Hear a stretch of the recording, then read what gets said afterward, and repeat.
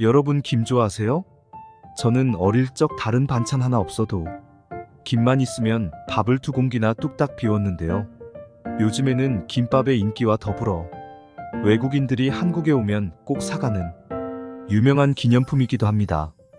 김은 근육과 신경기능 유지를 돕는 마그네슘, 빈혈을 예방하는 철분, 피로를 해소하는 망간, 노화를 예방하는 셀레늄 등 우리 신체 기능을 유지하고 건강을 지키는 다양한 영양소들이 풍부하게 들어 있습니다.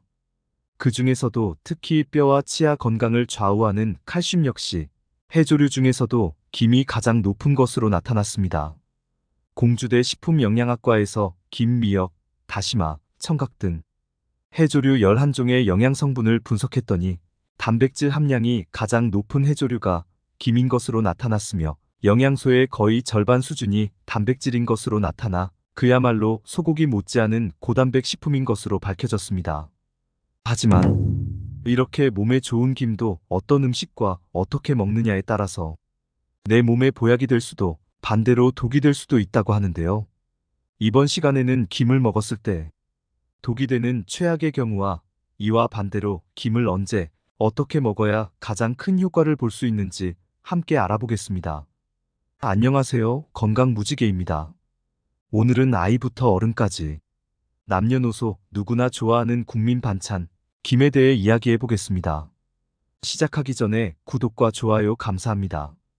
김이 독이 되는 경우 첫 번째, 도토리묵과 함께 먹는 것입니다. 탱글탱글하고 쫀득한 도토리묵에 김가루를 솔솔 뿌려 먹으면 정말 이만한 별미가 없는데요.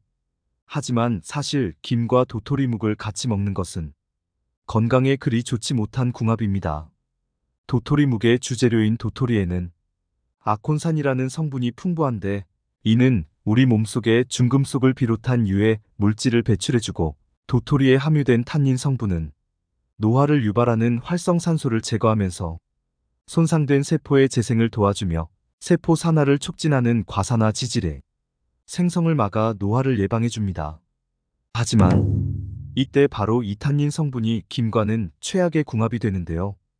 도토리묵의 탄닌 성분이 김의 철분과 만나게 되면 탄닌철이라는 결합물로 바뀌면서 체내에 흡수되지 않고 그대로 배출됩니다. 이때 탄닌철과 결합하고 배출되는 과정에서 우리 몸에 있던 철분까지 끌어당기기 때문에 빈혈이나 변비를 유발하기도 합니다. 도토리묵과 김을 각각 놓고 보면 분명 모두 좋은 음식인 게 틀림없지만 이 둘을 함께 먹는다면 몸에 좋기는커녕 오히려 체내의 영양 성분까지 빼앗아가니 그야말로 독을 먹는 것이나 마찬가지인 셈이 되어버리는 것이죠. 이를 해결할 수 있는 방법이 한 가지 있는데요. 대부분의 도토리묵은 별다른 열처리 없이 바로 조리해서 먹는 경우가 많은데 조리하기 전에 도토리묵을 끓는 물에 한번 데쳐주면 됩니다. 도토리묵에 함유된 탄닌 성분은 수용성이고 열에 약하다는 특징이 있어 끓는 물에 1분 정도만 데쳐주면 대부분 파괴됩니다. 뿐만 아니라 끓는 물에 데친 도토리묵은 특유의 쓴맛이 제거되고 탱글탱글해져 식감 또한 더욱 좋아지게 됩니다. 이렇게 데친 도토리묵은 김과 같이 먹어도 크게 문제가 되지 않으니 맛있게 드시고 맛과 건강 모두 챙기시길 바랍니다. 김이 독이 되는 경우 두 번째는 바로 많은 양의 김을 먹는 것입니다. 김을 많이 먹는 것을 삼가해야 하는 이유는 몇몇 김에 들어있는 중금속 때문인데요. 김은 맹김으로도 먹고 밥 반찬으로도 먹고 각종 요리에 첨가해서 삼시세끼 다 챙겨 먹어도 부담 없이 즐길 수 있는 음식인데다 건강에 좋다고 알려져 있어 수시로 드시는 분들이 정말 많으시죠. 그런데 최근 전남 완도군 소안면 소재의 양식장 2곳과 신안군 암태면 소재 5곳, 중도면 소재 1곳, 총 8곳에서 생산된 물김에서 기준치를 초과한 중금속이 검출되는 일이 있었는데요.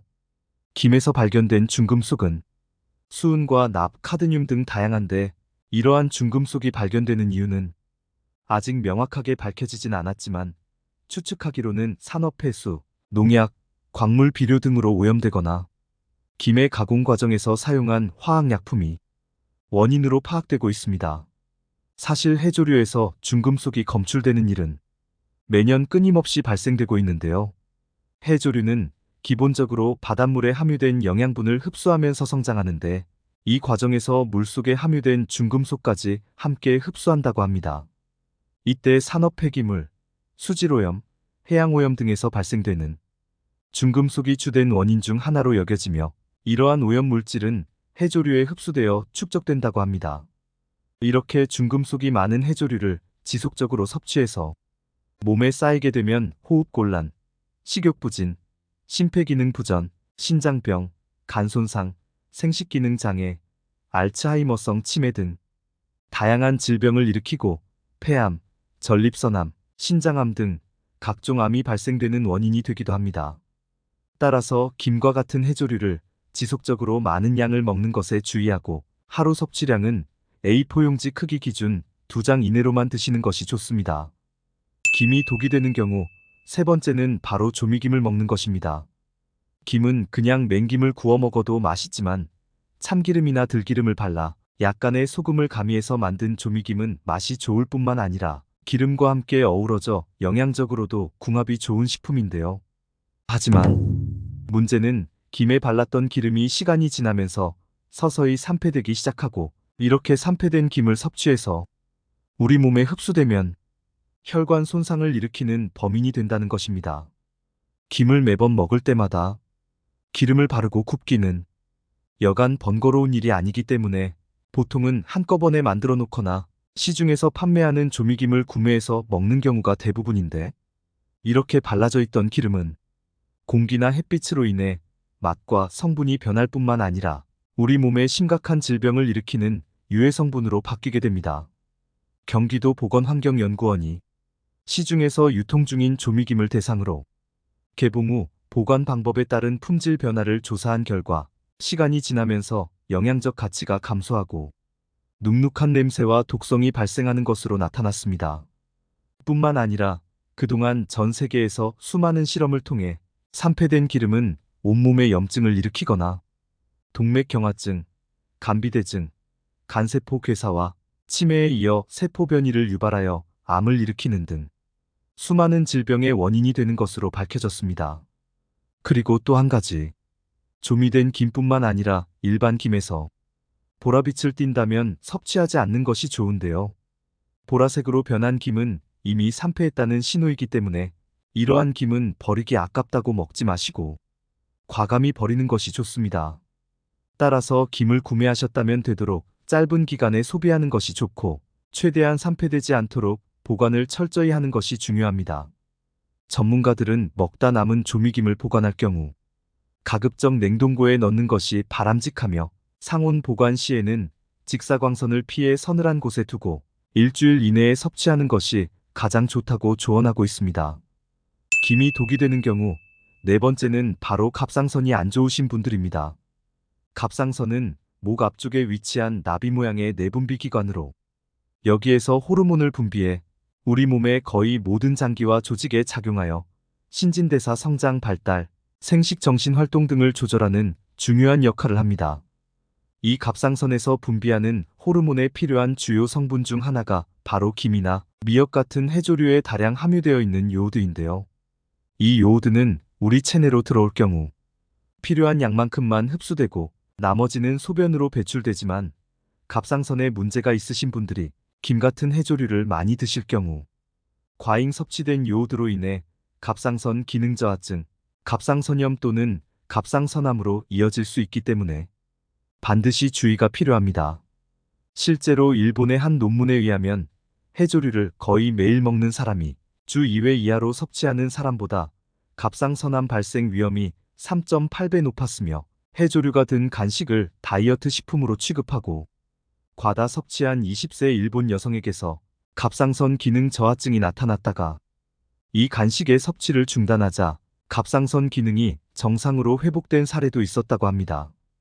우리나라 사람들은 기본적으로 해조류를 흔하게 접하는 데다가 추가적으로 혈액순환과 변비 등을 개선하고자 다시마 가루 같은 건강식품 등을 복용하는 경우가 많아 갑상선 건강에 취약할 수밖에 없습니다.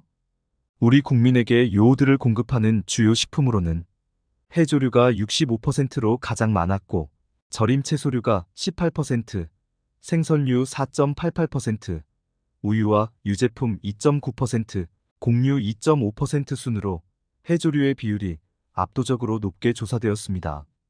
따라서 갑상선이 약하신 분들이라면 김과 같은 해조류 섭취에는 유의하시고, 갑상선이 건강한 분들이라도 많은 양을 지속적으로 드신다면 요오드 과잉 공급으로 인해 갑상선에 문제가 생길 수 있으니 적당 양만 드시는 것이 좋습니다. 그렇다면 이와 반대로 김을 건강하게 섭취하는 방법들은 어떤 것이 있을까요? 김을 건강하게 섭취하는 방법 첫 번째는 김을 프라이팬에 구워서 드시는 것입니다. 김을 구우면 김에 들어있던 영양소가 파괴되지 않을까 걱정하는 분들이 계실 텐데요.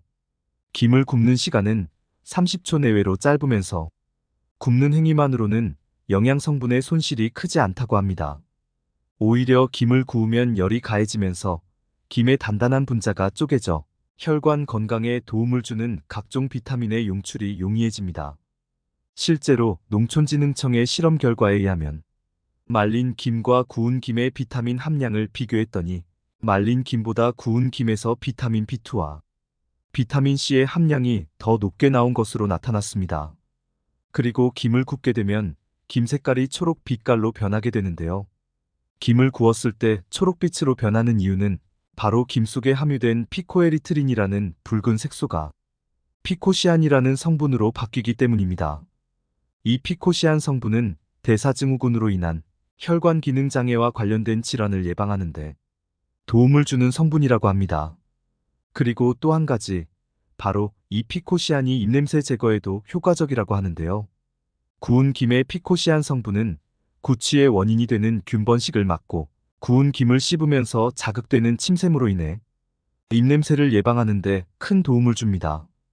김을 건강하게 섭취하는 방법 두 번째는 바로 계란과 함께 드시는 것입니다. 김에는 건망증이나 치매 예방에 좋은 비타민 B1, B2, 그리고 김에만 존재하는 식이섬유의 일종인 포피란이라는 성분이 풍부한데요. 김의 비타민 B1과 B2 성분은 뇌신경 기능을 활성화시켜주고 신경세포의 노화를 막아주며, 포피란 성분은 소장에서 담즙산의 재흡수를 막아 체내 콜레스테롤을 떨어뜨리는 역할을 합니다. 이로 인해 콜레스테롤 때문에 뇌혈관이 좁아지는 것을 막아주고 뇌에 산소와 영양소가 원활하게 공급되는 것을 도와 뇌 건강에 도움을 줍니다. 이렇게 김만 먹어도 좋지만 여기에 계란을 함께 먹는다면 더욱 큰 시너지 효과를 발휘하는데요. 계란에 함유된 콜린이라는 성분이 두뇌 활동을 조절하고 통제하는 신경 전달 물질인 아세틸콜린의 생성을 도와 치매를 예방하고 기억력을 높이는 데도 아주 효과적입니다. 더군다나 김은 계란에 부족한 비타민C를 더해주고 김에는 부족한 비타민 D를 보완해 서로 부족한 영양소를 채워주는 최고의 궁합입니다. 또한 이 두 음식은 자극적인 음식이 아니기 때문에 아침 식사로 드셔도 좋은 식단이 될 수 있겠습니다. 오늘은 김의 올바른 섭취 방법에 대해 알아봤습니다. 정보가 도움되셨다면 주변의 소중한 분들에게 영상을 공유해주세요. 구독과 좋아요도 부탁드릴게요. 구독과 좋아요는 건강 무지개에게 큰 힘이 됩니다. 다음에 더 유익한 영상으로 찾아오겠습니다. 건강 무지개는 구독자 여러분이 건강하시길 진심으로 기원합니다. 건강하고 행복하세요.